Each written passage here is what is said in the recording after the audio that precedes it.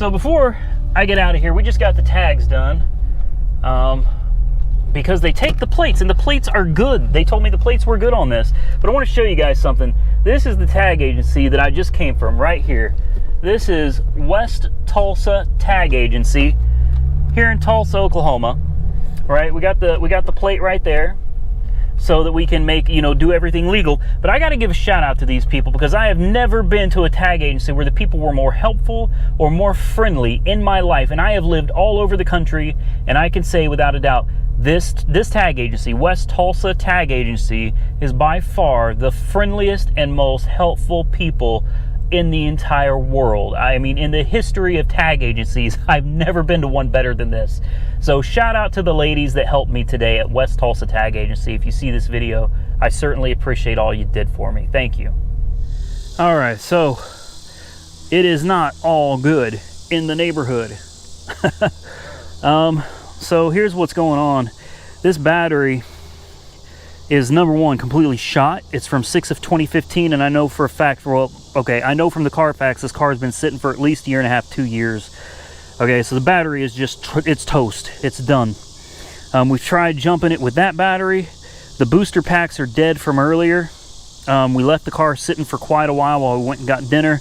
We were going to come back and drive it, but the battery is dead. The booster pack's dead. So we are just going to jump in here, and we've already unbolted the terminals. We've got a little battery hold down right here. We're just going to take this little clamp or whatever the hell it is. Okay, we're going to pull this battery out. Oh, good God almighty. Oh, wow, that's a big battery. Hold on. Look at this. Look at this battery. Wow. Let me tell you something, guys. This thing is this thing is heavy. High amp hour, 730 cold cranking amps. That's actually under what this car needs. From what I read, this car needs a oh, there's tape for an air vent, and we lost the, yeah, that's another thing. I pulled the air vent and lost it. There it is. There's the air vent hose. We'll have to put that back together. Fun. We got whatever this thing is just kind of hanging here. I don't know. Seeing that what looks like some acid down in there, I really hate to put this in the vet. I really hate to put this in the vet. So we're gonna put it in the vet. We're gonna sit it like right here and hope that it doesn't move.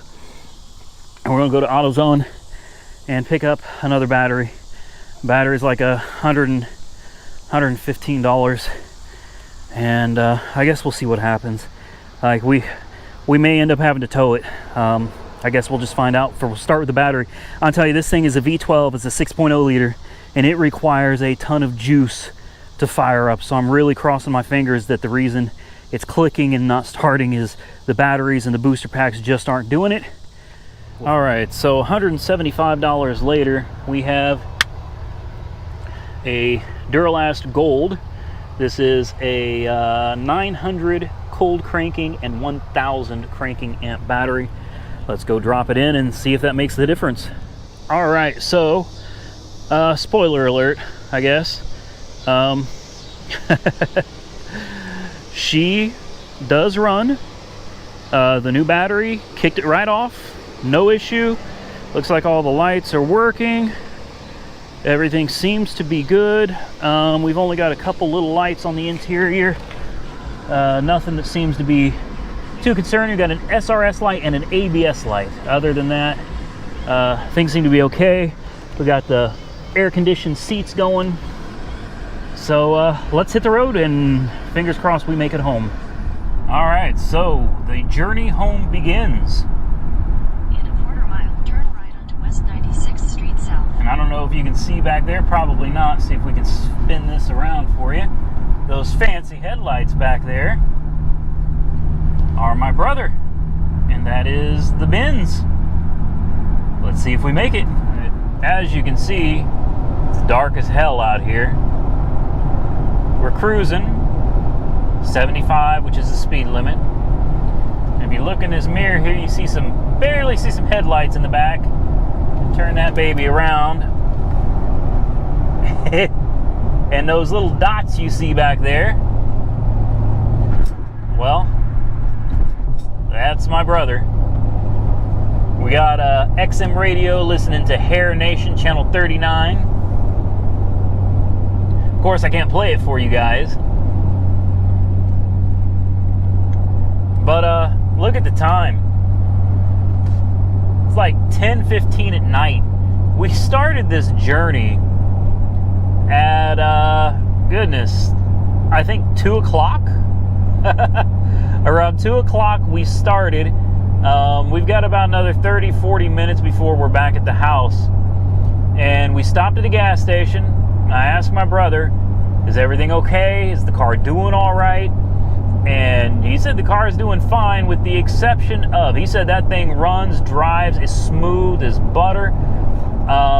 It does have some issues we'll go over in another video, but he said there's some SOS light that keeps beeping and saying SOS or something like that. He said it's really annoying. It's also got a built-in radar detector that I guess is really annoying him as well. So there's going to be some quirks. We're going to have to talk about those quirks in another video. Right now, we just want to talk about getting it home. So, so far it looks like we're going to make it. Fingers crossed. Well, have a look in the rear view. What a horrible way of doing this, man. Those little bitty headlights back there are still my brother. We are back in the city. We are actually 2 miles from home. It looks like we made it.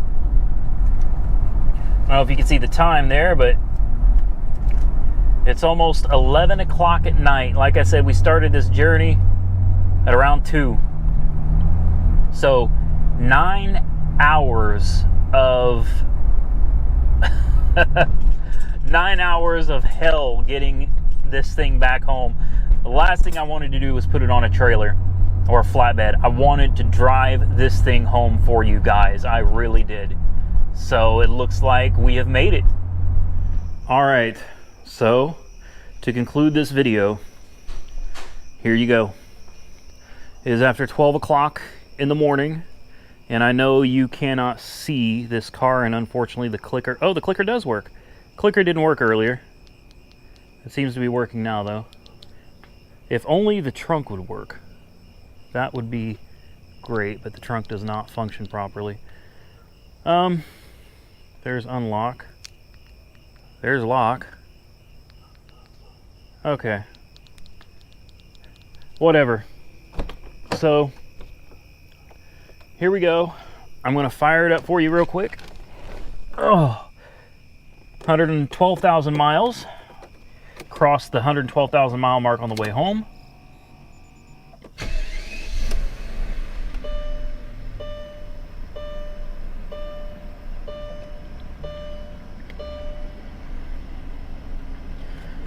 There she is. And I know it's dark. And we've got a vet full of spilt tools everywhere that we got to pick up. Oh, those HIDs are just, whoo, sexy.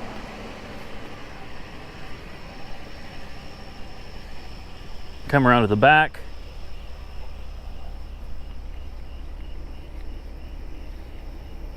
So there you have it. She made it. And I'm definitely surprised. Now, she gave us a little bit of trouble, which is to be expected. You know, according to the Carfax, this thing has been sitting for probably somewhere between 1.5 and 2.5 years.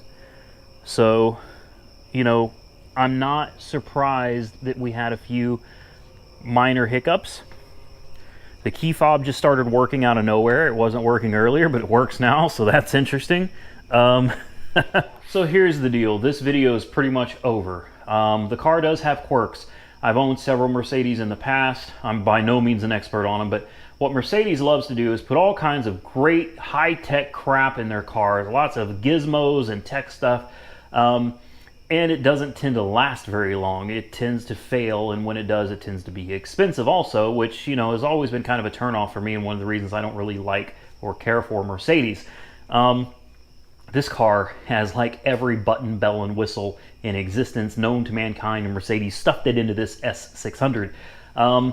So there are quirks. There are things that don't work. There are plenty of videos in the future if I hold on to this car. So I'm going to tell you total $1,680 was the price out the door. I bid $1,200. I won the bid at $1,200. The fees and everything all came out to $1,680 out the door. Tags were like $201 or something, or $250.01. I can't remember. The battery was $175. That is total. I can't add that up in my head right now, but that is total what I have in this car at the moment for a running and driving, and by the way, a very smooth driving and powerful S600 v12 with 400 horsepower and AMG rims, air-conditioned seats, which were just amazing, cold air, all the windows work, sunroof works, but like I said, there's plenty of quirks that we're going to talk about in another video, and we'll go over some of these options because I don't even know what half of these things do. So I'm just going to do a video, show you all the buttons, and then you guys can kind of come in there and fill me in, or I could Google it, or you guys could fill me in. Anyway, to the person, I wish I knew who it was. I don't have the information in front of me, but there was someone on YouTube, or I think it was YouTube or email. Anyway, somebody sent me a link to this car, and they said, I dare you to buy this car. It was a hell of a risk, a hell of a gamble, especially at $2,000, knowing that it might have needed an engine or a transmission, right? That was a huge gamble on my part.